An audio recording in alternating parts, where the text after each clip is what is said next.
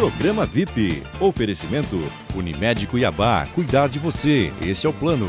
E Orlean Cuiabá. Grife de revestimento de paredes e tecidos. 2129-5409. Olá, muito boa noite. Sejam bem-vindos ao VIP especial deste domingão. Hoje aniversário de 299 anos da nossa capital. E hoje, como convidado especial, nós trouxemos o ex-prefeito de Cuiabá, Mauro Mendes, ele que saiu da prefeitura com uma aprovação superior a 70%. Então hoje uma data muito especial, nós estarmos recebendo o Mauro Mendes aqui no programa VIP. Aliás, a corrida eleitoral já começou, o Mauro se filiou ao DEM. Na quinta-feira agora, o nosso vice-governador Carlos Fávaro entregou uma carta de renúncia. Mauro, eu quero falar com você sobre esse xadrez político que acontece no Brasil e em nossa capital. É uma turbulência que o país vive aí, né, Mauro? E as mudanças são boas. Quando você foi candidato, um dos motes de campanha seu era ser um empresário de sucesso. Você deixou a prefeitura de Cuiabá com aprovação de cerca de mais de 70%, eu não sei o número exato. Hoje, por onde você anda, as pessoas querem tirar aquele famoso selfie com você. O povo cuiabano, o povo que hoje está comemorando os 299 anos da nossa capital, tem em você uma pessoa que foi muito boa para a nossa capital. E hoje existe um clamor, inclusive, para que você saia candidato a governador. Você acabou de se filiar ao DEM. Vamos falar sobre tudo isso aí. Mas antes, eu quero que você faça um breve balanço de como você deixou a capital e como você está vendo hoje a nossa capital nesse mandato de Emanuel Pinheiro. Em primeiro lugar, boa noite, Eduardo. É um prazer estar aqui contigo. Boa noite a todos do programa que acompanham o programa VIP nesse domingo à noite. Hoje um dia especial para todos nós, cuiabanos, que aqui vivemos. 299 anos dessa cidade, que eu tenho certeza, vivemos aqui, queremos o melhor para ela. E eu tive a honra, Eduardo, de ser prefeito por 4 anos da nossa querida Cuiabá.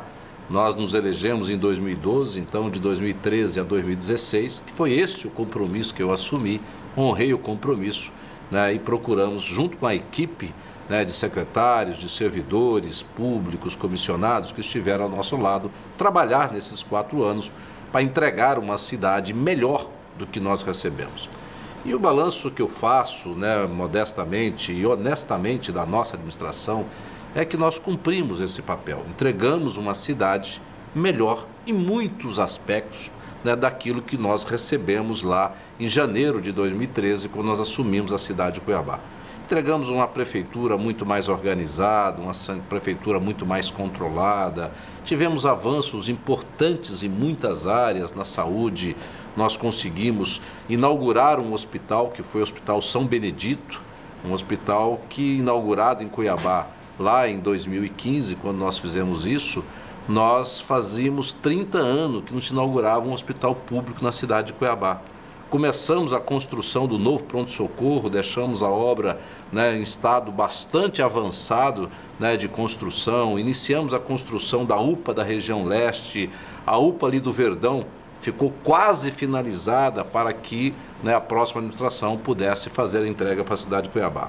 Na área de infraestrutura urbana, fizemos asfalto aí de muitos bairros, de grandes bairros de Cuiabá, foram asfaltados aí na nossa administração, Paraíso, o Pé da 90, tantos outros bairros. Ali na região norte, começamos o asfalto do Dr. Fábio, no Alto da Serra, no União, Florianópolis. Eu me lembro, em relação a asfalto, que à época você dizia, fazemos asfalto de qualidade. Esse asfalto está lá suportando? Eu tenho certeza que sim, porque a nossa determinação foi que nesses 4 anos que lá estivemos, nós não fizemos um único asfalto que não fosse o CBUQ. CBUQ é aquele asfalto grosso, usinado a quente, chama concreto bituminoso usinado a quente, Esse CBUQ é uma sigla que deriva dessas frases, e esse asfalto ele é de qualidade. Obviamente, a nossa determinação é essa. Agora, entre aquilo que a gente determina, que especifica, que contrata e compra, tem um outro trabalho que é feito pela empreiteira, pela fiscalização da própria prefeitura, da Caixa Econômica, para que isso seja feito com qualidade. executado com qualidade. Então, a diretriz do prefeito Mauro Mendes foi de fazer asfalto de qualidade. Contratamos isso e pagamos por isso. Obviamente, isso dura muito mais, né? Em alguns casos, pode existir problemas pontuais de defeitos de obra, de engenharia, Quando acontece isso, a própria licitação pública, ela não exige que uma obra tenha garantia? 5 anos de garantia. A prefeitura, ela tem o dever de cobrar, né, da construtora que ela volte lá e se deu algum borrachudo, se abriu algum buraco, porque foi uma falha de execução desta construtora, ela tem que ser acionada pela prefeitura, voltar lá e corrigir aquele trabalho. Ela ganhou e foi contratada para fazer um serviço de qualidade. Geralmente não acontece isso, né, Mauro? Geralmente o poder público vai lá e contrata de novo para fazer um reparo. Olha, Eduardo, na minha época lá, o secretário Marcelo de Oliveira, eu lembro que muitas vezes... Marcelo Padeiro, conhecido como Marcelo Padeiro, muitas vezes ele acionou construtoras para voltar a fazer reparos e tenho certeza que isso foi feito. Obviamente, quando acontece um probleminha, um buraquinho aqui, outro acolá, às vezes é mais fácil passar lá rapidamente, arrumar, do que criar todo um procedimento, demora 6 meses, aquele buraquinho que era desse tamanhozinho, acaba virando uma cratera. O custo, né, de recuperação e o custo social, que é da própria sociedade, fica passando ali, então por isso que às vezes se faz. Agora, se são defeitos maiores, mais graves, tem que ser feito. Então, Eduardo, nós deixamos uma cidade, os parques, né, Parque Tianaí, né, o Parque das Águas, Orla do Porto, na área de creches, foram 21 creches novas inauguradas na cidade de Cuiabá, escolas reconstruídas, então nós entregamos uma Cuiabá muito melhor do que nós encontramos, né, para que as próximas administrações, que é no caso hoje do prefeito Manuel Pinheiro, pudesse dar continuidade. Muitas obras que nós iniciamos estão aí para serem entregues, CMEIs, creches, escolas, e por isso eu me orgulho muito hoje de viver numa cidade melhor do que eu encontrei e que nós, como prefeito e toda a nossa administração, pôde ajudar a entregar essa cidade melhor. Hoje nós temos um prefeito com uma credibilidade totalmente abalada pelas imagens do dinheiro caindo no paletó, das propinas recebidas no Palácio do Governo, enfim, esse imbróglio ainda tem muita água para passar por baixo dessa ponte, né, Mauro? Essa história das propinas recebidas por deputados, mas como não existe ainda, não desceu de Brasília para cá, o Ministério Público ainda não começou a fazer um trabalho em cima disso, mas logo tenho certeza que já vai começar. E um pepino para o prefeito atual resolver. Você falou em Parque das Águas, Mauro. O investimento desse parque na época foi em torno de 15 milhões? Aproximadamente 15 milhões, mas esse é um valor estimado, Eduardo, né, porque muitos dos serviços ali executados foram feitos pela própria prefeitura, pelas próprias secretarias, e nós fazemos uma estimativa, porque para qualquer serviço, mesmo que seja mão de obra ou equipamento ou até mesmo comprando alguma coisa, nós gastamos o dinheiro, né? Mas a estimativa final foi essa, né? E graças a Deus nós conseguimos entregar ali um parque, né, que é hoje talvez a maior referência que nós temos aqui de lazer, de turismo. Que a população usa. Usa realmente. Os parques, de maneira geral, a população está usando. O Parque Tianaí está sempre muito movimentado. O Porto, né, virou a grande local para os eventos de Cuiabá, que nós não tínhamos, né? O carnaval lá vira um sucesso. Tudo que faz lá é um sucesso, porque é um local muito bonito, muito preparado, amplo, muito bem iluminado, que passa a ser um orgulho para todos nós termos locais em Cuiabá com essa qualidade, né, para o uso da nossa população. Eu te perguntei sobre o valor investido lá no Parque das Águas, que é um equipamento que a população usa, porque eu estou vendo na cidade aí essa instalação de novos sinaleiros. Eu não sei ao certo o valor, mas ouvi dizer que seria em torno de 15 milhões de reais investidos nesses sinaleiros. Os equipamentos de Cuiabá, os sinaleiros de Cuiabá hoje, eles não atendem à nossa demanda, Mauro? Olha, Eduardo, o gestor, ele tem que tomar decisões. E se fala que não tem dinheiro para nada. De repente aparece um investimento de 15 milhões em sinaleiros para tirar uma coisa que já existe e já funciona. O que você pensa? Olha, Eduardo, esse é o grande desafio da administração pública. Falta recurso, então o dinheiro que tem, ou pouco dinheiro que tem que ser bem aplicado para que você possa dar mais resultado para a nossa população. Nesse caso específico, eu não conheço detalhes, né, do que está sendo feito, estou vendo como todos nós cidadãos pelas ruas aí, e também, como você, ouvi falar desse valor de 15 milhões de reais. É muito, claro que é, porque é um serviço que já existe, que poderia ser reformado, otimizado, melhorado, né, para que esse recurso pudesse ser aplicado, porque o dinheiro que lá tem para isso é o dinheiro das multas de trânsito.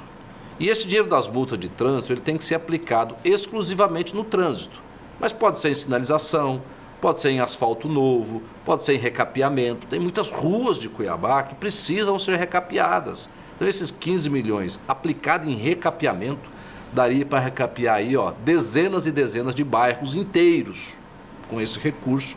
E aí, recapeando, como nós fizemos ali na grande região do CPA, em tantas outras ruas da cidade, você para de fazer aquele tapa-buraco que todo ano tapa-buraco, nasce buraco, tapa-buraco, nasce buraco. Que é um buraco sem fundo para o dinheiro público. Para o dinheiro público. Então, o recapeamento poderia ser feito com esse recurso. Então, nós... Você faria isso? Fizemos isso, agora. Porque nós fizemos isso, porque eu também recebi propostas de empresas, né, apresentando essas soluções mirabolantes para trocar semáforo, para fazer outros investimentos, mas eu entendia na época que investir no recapeamento e em asfalto novo era mais importante para a cidade de Cuiabá, até porque ao fazer isso a gente economizava com tapa-buraco. Poderia até trocar os semáforos, mas depois que outros problemas mais importantes tivessem resolvidos. Inclusive, eu já sei que tem até denúncia de um vereador no Ministério Público quanto a esse contrato, até porque me disseram que não foi uma licitação, foi a adesão de uma ata, não sei das quantas, não sei de onde, então é um negócio meio obscuro. A sociedade cobra aí que o Ministério Público investigue esse caso aí, porque na minha opinião não seria necessário, como o Mauro disse aqui, seria muito melhor fazer recapeamento, tapar buracos, enfim, para que a gente rode sem perder pneu, perder roda, perder carro, atropelar as pessoas, enfim, problema de gestão. Tanto que o Emanuel falou muito que faria uma gestão melhor do que o prefeito Mauro Mendes, não é isso que nós estamos vendo, infelizmente. Ô Mauro, a sua filiação no DEM recente agora, ela veio... Por quê? Por qual foi a decisão que o Mauro tomou de ir para o DEM? Primeiro, porque nós tivemos, Eduardo, que sair do PSB. Foi uma decisão, infeliz decisão da nacional do partido, né, que é dominado hoje por um grupo de deputados ligado ao estado de Pernambuco. O partido começou a crescer. Me parece que eles estavam perdendo o controle desse partido que estava crescendo. E aí eles fizeram aquela velha máxima: é melhor um partido pequeno, mas meu, do que grande, e eles perderam o controle. Saíram não só o Fábio Garcia, o deputado Adilto Saquete, que era do PSB aqui de Mato Grosso, mas muitos outros deputados de outros estados. Foram em torno de 10 deputados que saíram, que deixaram o PSB, e nessa migração, 8 foram para o DEM. Uma articulação nacional feita pelo deputado Rodrigo Maia, ACM Neto, o ministro da Educação Mendonça Filho, e os nossos deputados aqui, tanto o Fábio como o Adilto, muito próximo desse grupo em Brasília.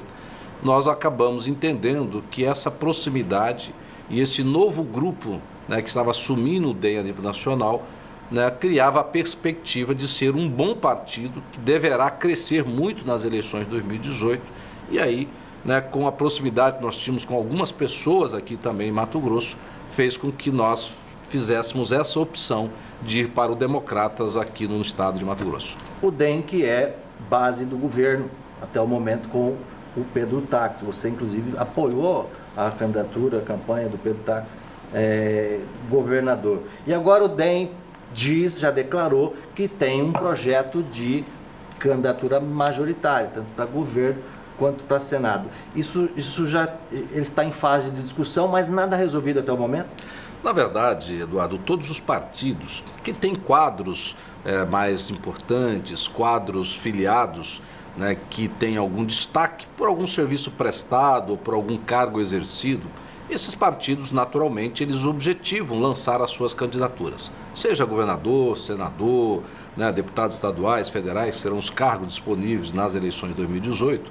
Esses partidos, e o DEM é um partido que hoje tem o nosso nome, tem do senador Jaime, tem muitas lideranças, deputado Fábio, Botelho, né, o Adriano, deputado Adriano, muitas lideranças no interior do estado de Mato Grosso. Botelho, que é presidente da Assembleia Legislativa e a partir da próxima semana passa a ser vice-governador, né, porque ele, como presidente da Assembleia, ele assume o governo caso o táxi se licencie, viaje, tire licença, Na verdade, essa semana, né, nós, na quinta-feira, mais precisamente, acho que todos nós, em Mato Grosso, fomos surpreendidos com essa atitude aí diferente, mas, há que se dizer, corajosa, né, do nosso vice-governador, agora ex-vice-governador, Carlos Fávaro, que decidiu renunciar ao cargo de vice para que ele possa, longe do governo, longe, né, das benéficas de um salário, até mesmo de uma estrutura pública, se candidatar ao Senado da República. Então eu tenho até que parabenizar, né, o Carlos Fávaro, porque eu achei uma atitude assim muito corajosa e que marca pontos, e ao meu ver, pontos positivos aí, para que ele possa se colocar como uma alternativa. Ele já anunciou que é disputa. candidato a senador. Isso. Quer ser candidato a senador. Quer ser candidato a senador. Então ele acho que marca, pelo menos no meu ponto de vista, um ponto positivo aí nessa corrida eleitoral que vai se iniciar a partir de agora, porque dia 7 encerrou-se o prazo das filiações. Então, nesse calendário aí, começa então a largada aí para as construções das alianças, muita conversa fiada, muita fofoca, muito desencontro de informações ainda vão sair por aí, mas ele larga, acho que ao meu ver, muito bem aí. Então, o Eduardo Botelho é um nosso presidente da Assembleia, né? Ele também, né, passou então nesse momento a ser o vice-governador do estado de Mato Grosso.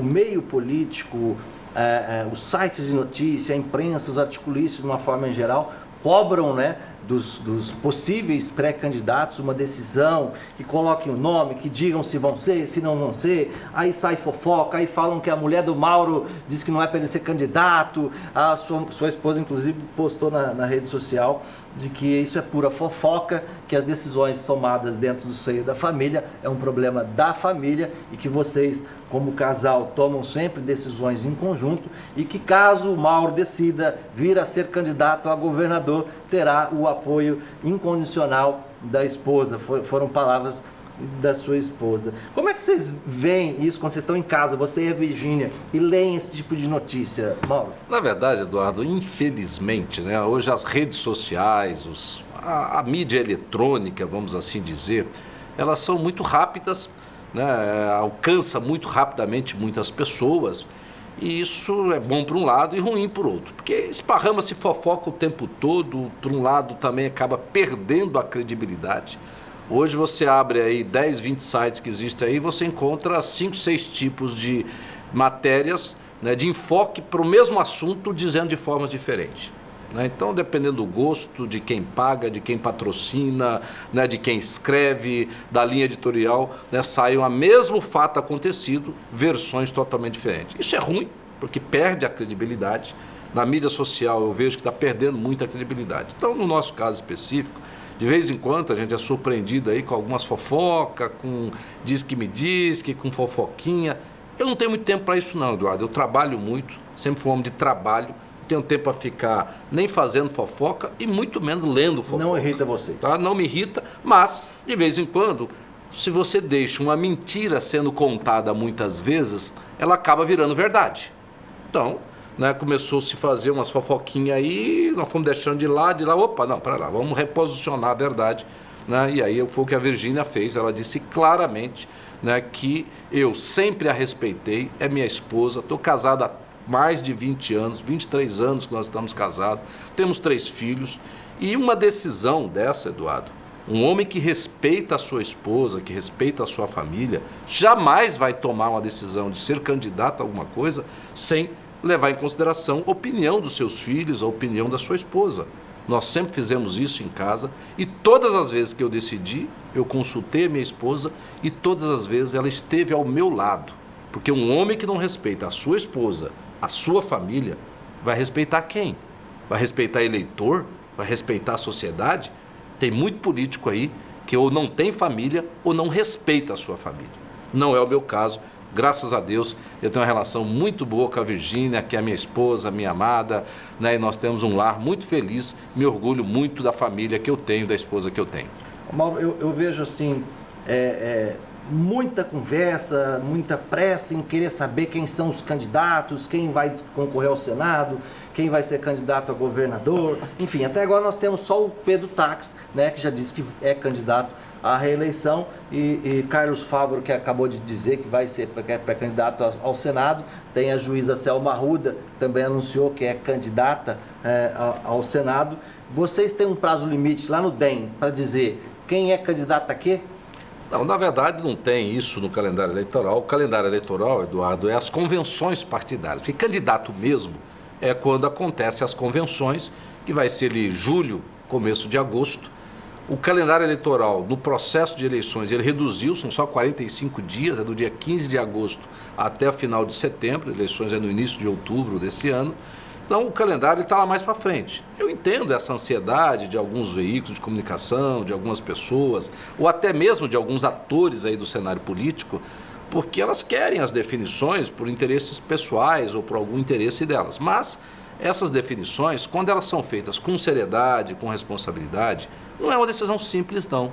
Porque se o cara está afim de ir lá para meter a mão, se ele está afim de ir lá para se dar bem, está afim de ir lá por vaidade, está afim de ir lá porque não tem o que fazer, é uma coisa. Agora, se o cidadão tem o que fazer, está pensando só em fazer o bem, está pensando em fazer o bem coletivo, não é uma decisão fácil. Nós já falamos isso aqui no início do programa, né, que entrar na política hoje não é uma decisão fácil. Você se arrepende de ter entrado na política? Você que construiu a sua vida empresarial, você que construiu empresas de sucesso.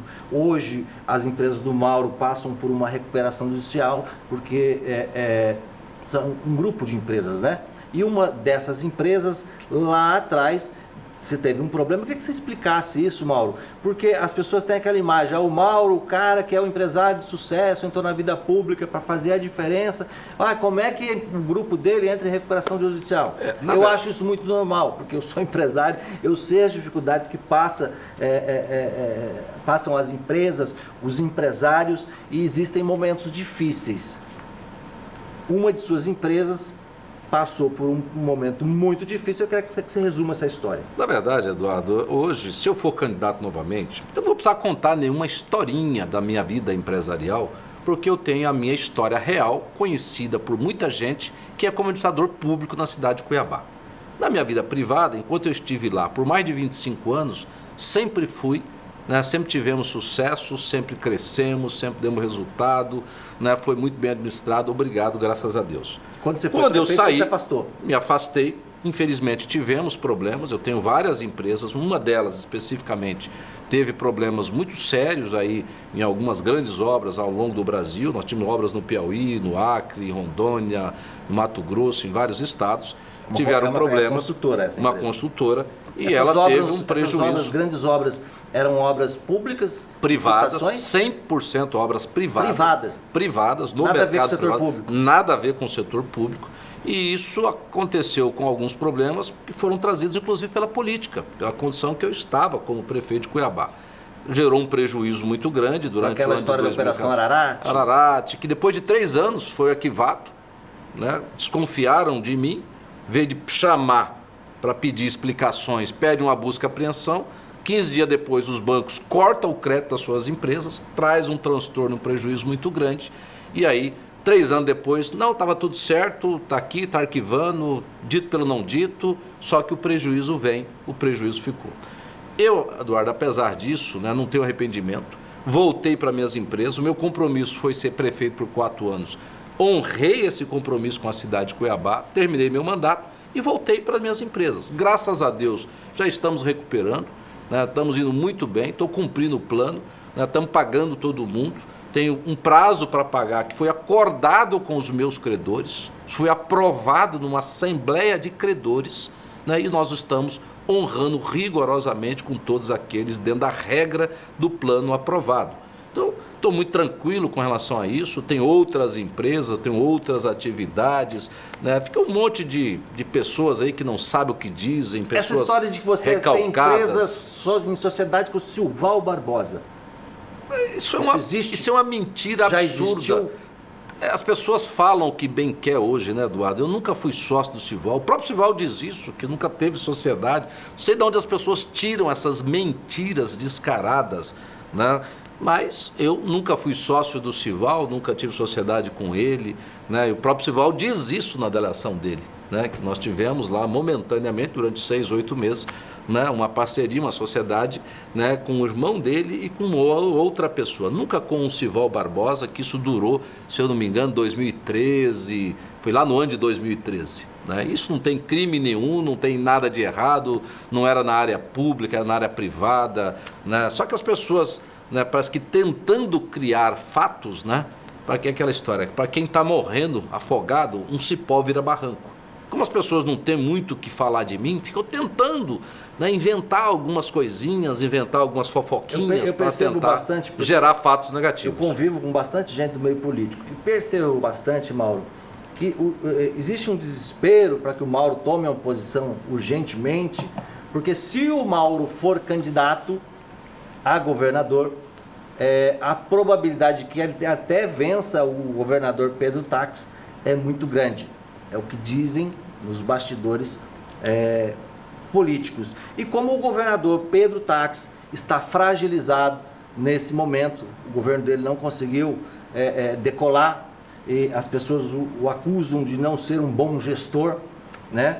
Então, acredita-se que muitas pessoas podem ter chance, mas se o Mauro Mendes não for candidato. Se o Mauro for candidato, aí ninguém sai.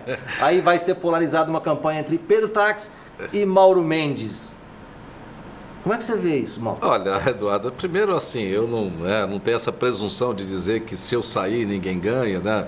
A eleição tem que respeitar muito o voto do eleitor, né? Tem que respeitar, né, a decisão que vai ser proferida lá nas urnas, né, no dia, se não me engano, 7 de outubro. Mas, obviamente, as pessoas fazem análise, os políticos fazem análise, pesquisas, né, que medem aí a intenção de voto, mesmo muito distante das eleições. As pessoas, né, fazem uma interpretação de como está a administração do governador Pedro Tax.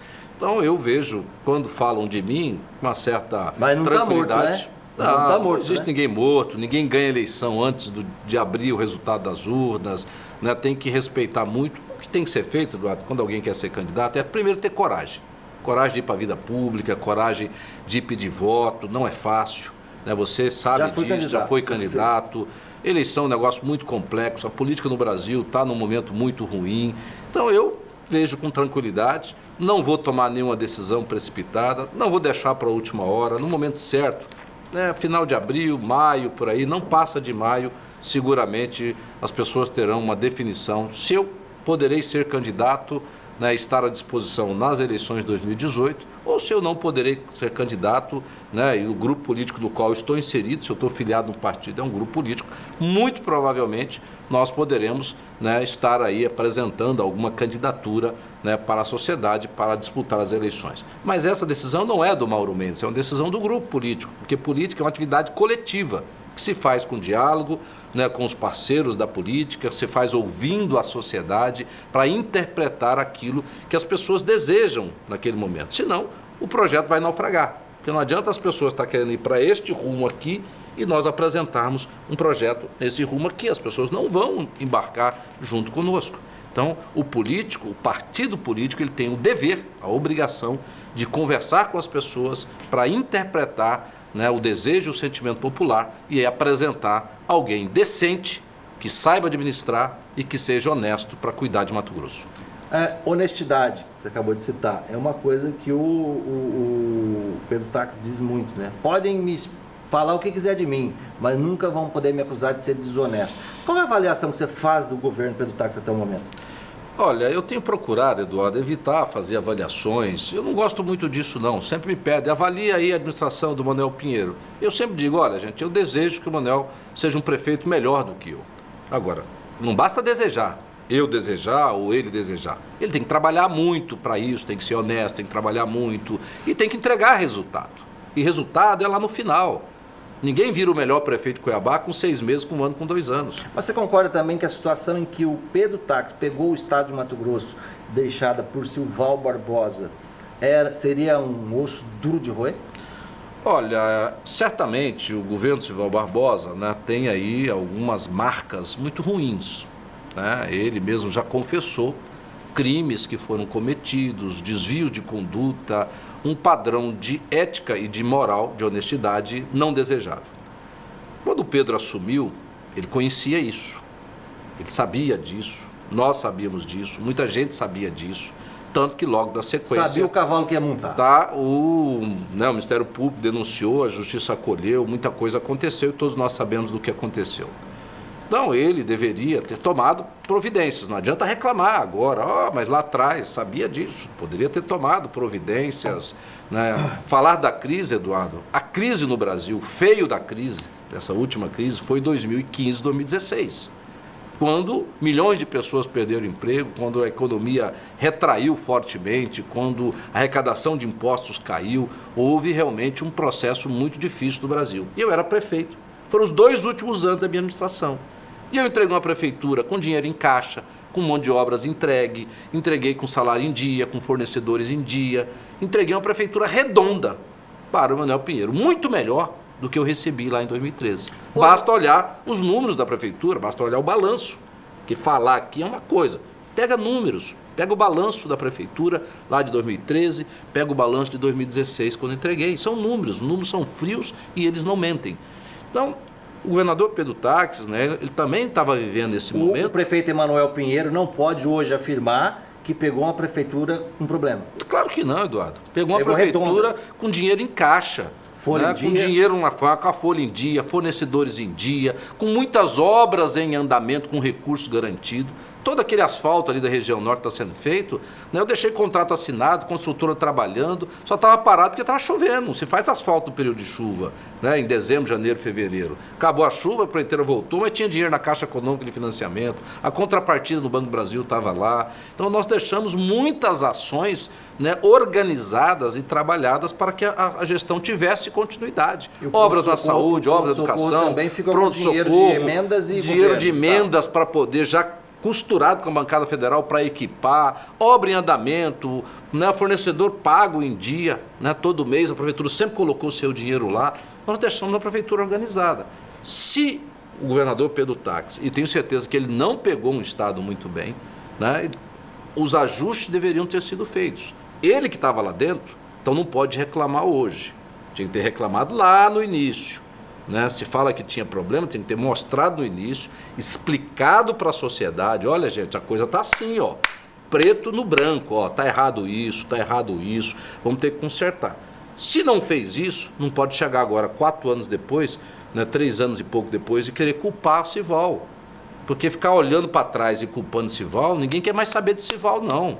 Né? Já estamos no 4º ano, né? Estamos no 4º ano, então ele vai ter que mostrar resultado. Nem tudo é culpa do governador Pedro Táxis, nem tudo é culpa, né, do Cival Barbosa. Existem alguns problemas estruturais do nosso país, da administração pública, mas seremos julgados pelos resultados. Eu fui julgado pelo resultado que eu entreguei em 4 anos. E o governador Pedro Táxis, se ele for para a reeleição, e nos parece que ele está colocando um projeto de reeleição, ele vai ser julgado pelos resultados que ele entregou ao longo desses 4 anos e por aquilo que efetivamente ele fez ou deixou de fazer.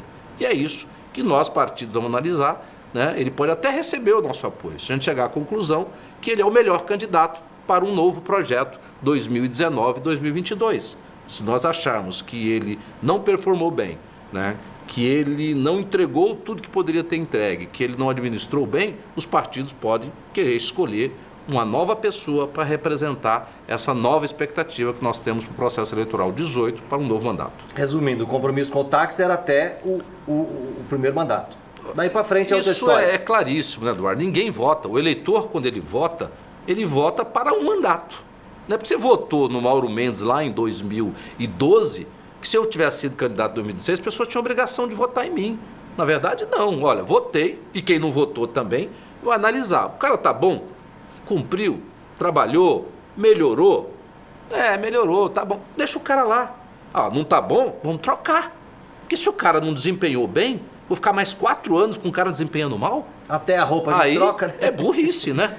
Mauro, intervalo comercial rapidão. No próximo bloco, eu quero que você comente um pouquinho aí sobre essa decisão do Supremo, que vai mandar aí, provavelmente, o ex-presidente Lula para a cadeia. E também quero deixar uma pergunta para você, feita pela Priscila Hauer, lá da Jovem Pan, você conhece. Ela pediu para mim, pergunta ao Mauro Mendes o seguinte: caso ele não seja o candidato ao governo, qual seria o melhor nome para Mato Grosso, na opinião dele? Você responde logo após o nosso intervalo comercial. Fique com a gente, até já.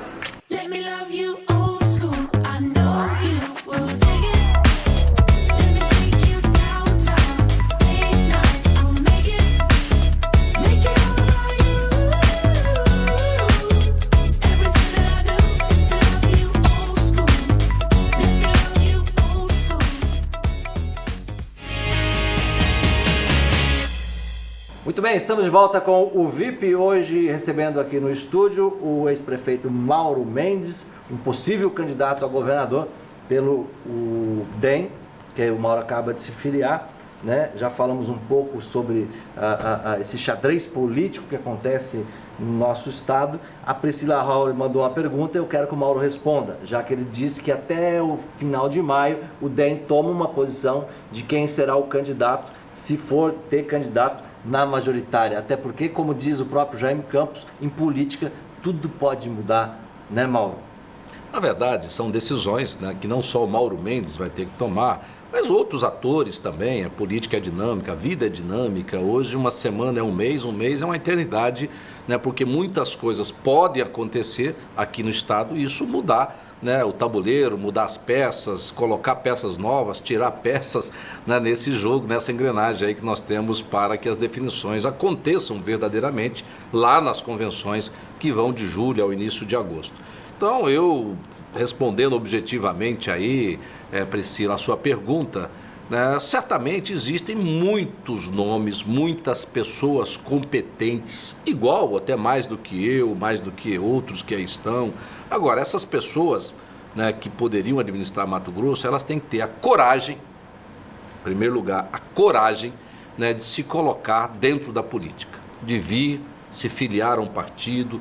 Elas têm que gostar também, porque às vezes as pessoas podem até ter coragem, mas elas não gostam. Né? Não é do jeito, né, que elas gostariam a política hoje, e elas preferem ficar fora. Então, as escolhas são feitas dentro das opções que nós temos. Que virou político, você vira vidraça. A todo pedrada mundo vem, né? acha que pode esculhambar, todo mundo acha que você é ladrão, todo mundo acha que, né, você faz coisas erradas. Então, isso é muito ruim, porque quer queira, quer não, né, nós vamos ser administrados por esses políticos que nós vamos escolher. E tem aquele ditado que é dito muito, aquela frase, né, a qualidade dos políticos está diretamente ligada à qualidade do voto das pessoas. Né? O político não é nenhum ET de Varginha que vem aí do espaço abduzido não e colocado... cai do céu. Se cai do céu é colocado no cargo. Nós colocamos Ele lá. sai do meio da sociedade e é escolhido pelo voto das pessoas, pelo voto da população. Então, se tem político ruim, porque o voto foi ruim, e ele saiu do meio da sociedade, tem muita gente ruim. Se você não for candidato a governador, respondendo a pergunta da Priscila, em quem você votaria como um bom nome para... Eu citaria hoje, dentro do arco, né, que nós estamos trabalhando aí, bons nomes, eu vejo Otaviano Pivetta, foi prefeito de Lucas, que é a cidade hoje que tem o melhor IDH, está entre os melhores do Brasil, uma saúde muito boa, uma infraestrutura urbana muito boa, ele foi 3 vezes prefeito lá. O Adilto Saquete, nós temos o Jaime Campos, né, que está bem cotado também. Tem o Zeca Viana, tem muitos nomes, né, que poderão ser trabalhados aí. Tem o Pedro Tax. Tá, o Pedro Tax, aí uma alternativa, mas que já foi experimentado. Né? Então nós podemos, antes de dizer vamos apoiá-lo, nós podemos até apoiá-lo, mas antes de apoiá-lo, não tem que analisar qual foi o resultado desses 3 anos e pouco do mandato dele. Como é que ele se comportou nesse período? Como é que ele foi fazendo a gestão das finanças do Estado, dos problemas de Mato Grosso, como é que está o relacionamento dele com o servidor público. Então vamos ter que fazer uma análise da administração dele. Se nós chegarmos à conclusão que está tudo bem, que está tudo ótimo, nós vamos dizer, olha, vamos continuar com o cara. Larga ele lá, gente, para que mexer em time que está ganhando? Uma discussão que eu acho que vocês têm que fazer entre os partidos... No futebol e na vida. Time que está ganhando, não se mexe. Está ganhando, Mato Grosso está bem, está pagando as contas, está em dia com os fornecedores, os servidores estão contentes. Se essa resposta for sim para a maioria delas, não precisa sim para todas, não. Se for para a maioria, com certeza nós, partidos, vamos apoiar e apertar confirma lá. Se não for, vai ter candidato, vai ter alternativa, né, e vai disputar as eleições. Mesmo quando está bom. É o que tudo indica, né? Mesmo quando está bom. Aparece gente para disputar, imagina se achar que não está assim tão bom né, vai aparecer gente para disputar, com certeza. Respondido aí, Priscila, então, a pergunta, mas provavelmente eu acredito que o Mauro vai ser candidato, porque ele tem aquele negócio que picou lá na veia, né, Mauro? Tá na veia, ele gosta disso. Eduardo, minha mulher fala que eu sou um cara surpreendente. A abelha azul lá picou. Além de outras coisas que eu não vou falar aqui, que ela fala também, né? O que você quis dizer com isso, Mauro? Nada, que eu sou um cara surpreendente e que tem outras qualidades e certamente outros defeitos também, mas isso é coisa minha e da Virgínia, então vamos deixar para lá. Ó, eu sei que pela Virgínia, eu sei disso porque eu conheço o casal, conheço bem sua esposa. Por ela, você não teria nem entrado na vida pública.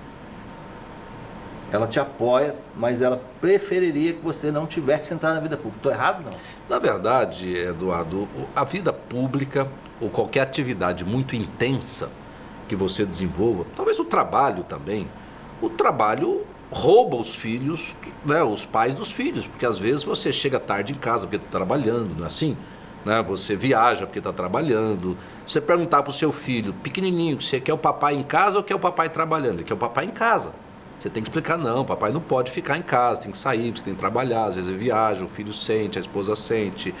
E na política não é diferente, a política rouba o seu tempo, ela rouba você da presença ali. Eu estava como prefeito em Cuiabá, Eduardo. Você vira escravo de uma agenda, né? Eu viro um pouco escravo de uma agenda, mas você tem muitas obrigações, muitos compromissos. Então eu, por exemplo, vou te contar um caso aqui, aconteceu comigo agora recentemente. Eu tenho uma filha do nosso coração, né, Maria Luísa. Essa filha, né, às vezes eu passava aqui em Cuiabá como prefeito 2, 3 dias sem vê-la. Eu estando em Cuiabá, porque eu saía cedo de casa e ela estava dormindo. E ela já está com 3 ou 4 anos? 3 anos agora. 3 anos. Né, eu saía cedo de casa e ela estava dormindo. Voltava para almoçar em casa, por volta de 1h da tarde, chegava lá, ela estava dormindo. Eu olhava no berço assim e dava um beijinho nela. Eu chegava 9, 10 horas da noite em casa, ela estava dormindo.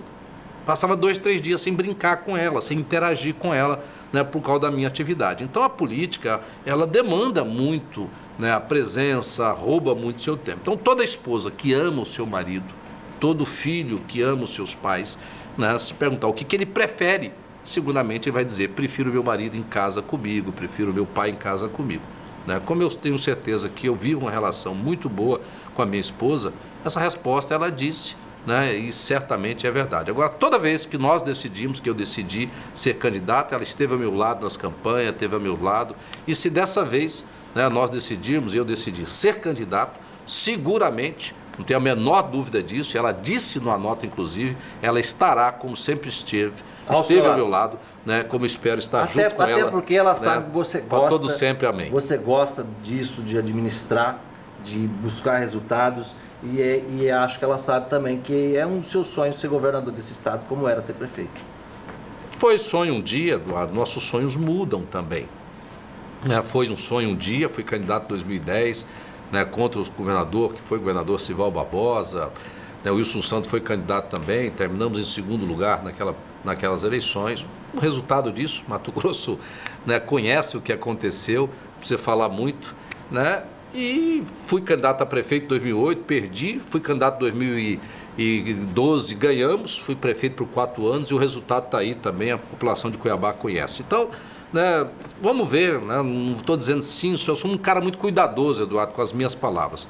Eu não vou ficar refém das minhas palavras, dizer sim e depois querer voltar atrás, ou dizer não, depois querer voltar atrás. Eu tomo as decisões com a responsabilidade que elas requerem, com muita cautela, peço a Deus sempre que me oriente a minha família, oriente as minhas decisões, né? Está sempre na mão de Deus o nosso destino, né? Eu faço a minha parte, saí da empresa para cuidar, saí da prefeitura para cuidar das minhas empresas, graças a Deus está indo muito bem, estou cumprindo o meu objetivo, né? E no momento certo, e não vai passar do mês de maio, nós teremos a decisão. Eu lembro quando você deixou a prefeitura, Mauro, você foi muito criticado porque você tinha um grupo, né? Você tinha um secretariado, pessoas que queriam que você fosse reeleito, para aquele grupo continuar. Hoje, inclusive, tem 5 ex-secretários seus, da época de prefeito, no governo Pedro Taques.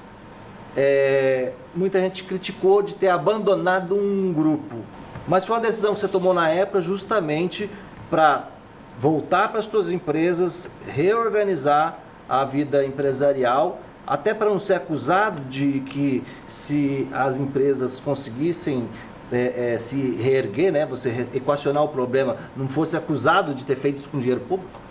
Eduardo, claramente, Isso né? Primeiro vamos esclarecer aconteceu o seguinte. ou não? Quando eu contrato alguém, né, um secretário ou um DAS, um cargo comissionado, ele é contratado ali na prefeitura para trabalhar junto conosco naquele mandato.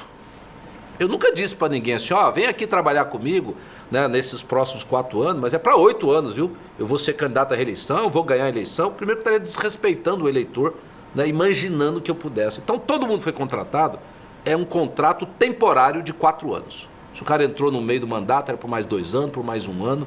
Nunca ninguém recebeu essa informação de que iria ficar lá 8 anos, 6 anos. Então, quem fala isso é conversa fiada, nhenhenhen aí, que, né, fica tentando criar factoides. Eu sempre tive uma relação honesta com os meus secretários, tenho amizade com todos eles. Infelizmente, eu até gostaria muito, Eduardo, ninguém sofreu mais com aquela decisão do que eu sofri. Eu sofri muito para tomar aquela decisão, mas eu fiz aquilo que, primeiro, com a consciência tranquila de que o meu compromisso com Cuiabá foi ser prefeito por 4 anos, e honrei este compromisso. Fui prefeito por 4 anos. Não pude continuar. Disse, olha, não posso. Infelizmente eu queria ser, quase fui. De última hora, talvez foi Deus que mostrou o caminho, que eu não poderia, que eu tinha uma outra missão a fazer, e fui lá fazer a missão, que era recuperar um problema que teve nas minhas empresas. Ele fala, Mauro está com... Cara, 25 anos de empresa, olha, 25 anos de empresa, sempre positiva, sempre dando lucro. Saí, deu problema. Voltei, já recuperei. Já estamos recuperando. Pode olhar, estou com meus corredores em dia, a empresa está indo bem, estamos crescendo, pegando novos negócios, está indo muito bem, graças a Deus. O que Mas falam por aí... O que eu disse de você não ter sido candidato à reeleição, justamente para tentar recuperar suas empresas Sim. como prefeito, isso foi um dos motivos da sua decisão? Se de eu não ser ficasse lá, Eduardo, seguramente e recuperasse, nem que falar, tá vendo? Como prefeito, ficou usando o cargo, usando a influência política. Tá roubando. Tá roubando, tá não sei o quê. Não, saí, minha empresa trabalha exclusivamente no mercado privado, né? Faturo tudo para a empresa, a grande parte do meu faturamento é para fora de Mato Grosso, né? Empresas, em atividades. Então eu estou muito tranquilo para tomar a decisão, né, assim, que a minha consciência, que a minha família, que o meu grupo político, que a gente achar que é a melhor. Vou ouvir pessoas, né, vou consultar lideranças, vou consultar muito a minha esposa, os meus filhos, vou fazer muitas orações, né, para que a gente possa ter condições de tomar aquela decisão que for melhor para o conjunto aí. Começa a andar um pouco na rua também e ouço o povo. O que o povo fala. Aí eu estou ferrado, Eduardo. Mauro, prisão em segunda instância, como decidiu ontem, aliás, na quinta-feira, o Supremo Tribunal Federal. Você como cidadão, você acha que uma pessoa condenada em segunda instância já tem que começar a cumprir a pena provisoriamente? Eduardo, eu fiquei assim, muito feliz naquela quinta-feira com aquele resultado, né, do julgamento do Supremo Tribunal Federal. Essa história de presunção de inocência é uma conversa e uma interpretação, ao meu ver, não sou jurista, mas eu sou um cidadão e tenho o direito de ter a minha opinião, mas pensa bem aqui comigo. O cidadão mata alguém, dá um tiro, mata alguém. Ele foge, 24 horas depois ele se apresenta. Você não pode dizer que matou. Saiu do flagrante, ele não vai ser preso. Presunção de inocência. O cara matou, tá aqui o filme, aqui, ó, tá filmado, a bala saindo, o cara caindo no chão, ele atira de novo, matou alguém. Foge do flagrante, ele não vai ser preso. Aí a polícia investiga, pega o filme, vê lá, tá aqui, não tem dúvida, tá aqui o filme, tá aqui, ó, pegou, né? Tem dúvida. Tem tudo. testemunha, tem a filmagem, tá aqui. Faz a investigação, conclui, entrega para o Ministério Público, denuncia ele como autor do crime. Não, mas ele tem presunção de inocência pela Constituição, né? Aí o juiz de primeira instância julga ele, vai ser condenado. Não, mas ele tem direito a recorrer em liberdade. Aí ele recorre para a segunda instância. A segunda instância, um órgão colegiado de vários juízes, não, está aqui, condena ele. Não, tem presunção de inocência. Vamos recorrer lá no STJ, né? Vai mais alguns anos. Se ele tiver um bom advogado, vai acontecer igual o Maluf. 25 anos depois do crime, não tinha sido preso, gente. Então isso é uma vergonha, uma pouca vergonha, essa interpretação, no meu ponto de vista. Só no Brasil tem isso, porque em todos os países do mundo, praticamente, condenou em segunda instância, cadeia. Mais de 190 Pode recorrer. países. E tem um detalhe, né? Eu aprendi nos últimos dias, porque eu sou engenheiro, não sou advogado, que provas, analisar os fatos, é na primeira e na segunda instância. Então, se o cara é condenado ou não, se ele é culpado ou não, é na primeira e na segunda instância. Então, se o delegado investigou, concluiu que o cara é condenado, que ele é culpado. Se o Ministério Público analisou e denunciou ele porque achou que é culpado. Se um juiz de primeira instância, né, analisou, um tribunal, né, ali de júri analisou, achou que ele é culpado e condenou um cara. Se um tribunal de segunda instância, 4 instâncias já disseram que o cara é culpado, onde está a presunção de inocência dele? Sabe onde está? Está na indicação dos ministros do Supremo Tribunal Federal, que são todos indicados por presidentes. Isso que está errado. Olha, eu fico com vergonha de ver alguns votos do Supremo Tribunal Federal. Fico com vergonha. Eu assisti Os todos. caras ficam rebolando. Vai para lá, fala para cá. Não tem argumento. Fica fazendo, né, sopa de letrinhas ali para tentar justificar o O injustificável. próprio Gilmar Mendes, de Mato Grosso, decepcionei Vergonha. muito com ele.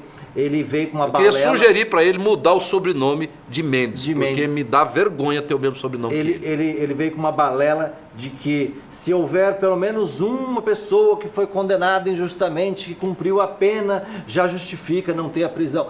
Olha a conversa. A impunidade de centenas, de milhares, quer dizer, bandidos vão ser soltos, corruptos vão ser soltos por causa de um possível errinho. inocente. Meu Deus do céu, a regra é feita para a maioria, não é para as exceções, não. Nós que não somos advogados entendemos assim. É mas óbvio, isso é muito óbvio, 5 lamentável. ministros do Supremo vieram com essa balelinha, com essa conversinha. Graças a Deus, a ministra Carmen Lúcia foi lúcida o suficiente para dar o voto lá. É Carmen Lúcia, não, Carmen Lúcida. Lúcida, foi suficiente lúcida para dar o voto de Minerva e botar os pingos nos is, independente de ser o Lula. Não, não porque estamos falando do o Lula, problema não é o Lula. Não é o Lula. Não estou aqui analisando o caso O problema Lula. é a Estamos corrupção. analisando a corrupção. Roubou dinheiro público, cadeia, xadrez. Ponto. Mauro, eu penso assim, se o resultado tivesse sido o inverso, você imagina o estado de Desânimo. desânimo que ia entrar os nossos policiais federais, nossa polícia civil, nossa polícia militar, os nossos juízes de primeira instância, os nossos promotores de justiça, todo o Ministério Público, enfim, todas essas pessoas envolvidas no combate à corrupção iam dizer o seguinte: estou fazendo o quê? Compensa eu me dedicar? Não, e o cidadão de bem, que paga imposto, que trabalha, que é honesto, que é a grande maioria absoluta das pessoas, para viver num país onde estaria se dizendo o seguinte: olha, Compensa? compensa Seja você corrupto, seja bandido. compensa você ser bandido, porque dificilmente, se você roubar pouco, toma cuidado. Rouba muito. Não rouba pouco não, rouba muito, porque aí você vai poder contratar bons advogados e você vai passar 20, 30 anos, o crime vai prescrever, você vai morrer e você nunca vai parar na cadeia. Então, roube muito, apronte muito e contrate bons advogados, que você nunca vai estar na cadeia. Esse Era seria o esse recado. o recado que o Supremo estaria passando para essa nação. Graças a Deus, por 6-5, vergonha dos 5 que inventaram, que rebolaram para tentar tirar bandidos da cadeia. É isso. Mauro, obrigado pela sua presença aqui no VIP. Seja qual for a sua decisão lá até o final de maio, que seja uma decisão que beneficie o povo de Mato Grosso, caso seja candidato, caso não seja, que também não interfira na sua vida pessoal, né? Fique com Deus e tome a melhor decisão aí para você e para a sua família. Tá já. Obrigado, Eduardo. Foi um prazer estar aqui contigo, mas certamente um prazer maior ainda estar falando aí com os teus telespectadores que acompanham esse importante programa que você faz aí, né, que passa no nosso meio de comunicação. E eu agradeço a oportunidade de poder falar com você, falar com todos que nos acompanharam, esclarecendo aí alguns pontos. Afinal de contas, um dia nós fomos homem público, né? E depois que você entra na vida pública, você nunca mais recupera a sua vida privada. Então, de vez em quando, você tem sim o dever de dar satisfações, de falar. E para mim, muito mais do que um dever, é um prazer estar aqui contigo e com todos que nos acompanharam aqui nessa noite no domingo. Muito obrigado, que Deus abençoe e agradecer aí, mais uma vez, parabenizar nossa querida e amada Cuiabá pelos seus 299 anos. Um abraço fraterno a todos os cuiabanos. Você de casa, obrigado pela audiência, companhia e paciência e até a semana que vem. Tchau. Programa VIP. Oferecimento Unimed Cuiabá. Cuidar de você. Esse é o plano. E Orlean Cuiabá. Grife de revestimento de paredes e tecidos. 2129-5409.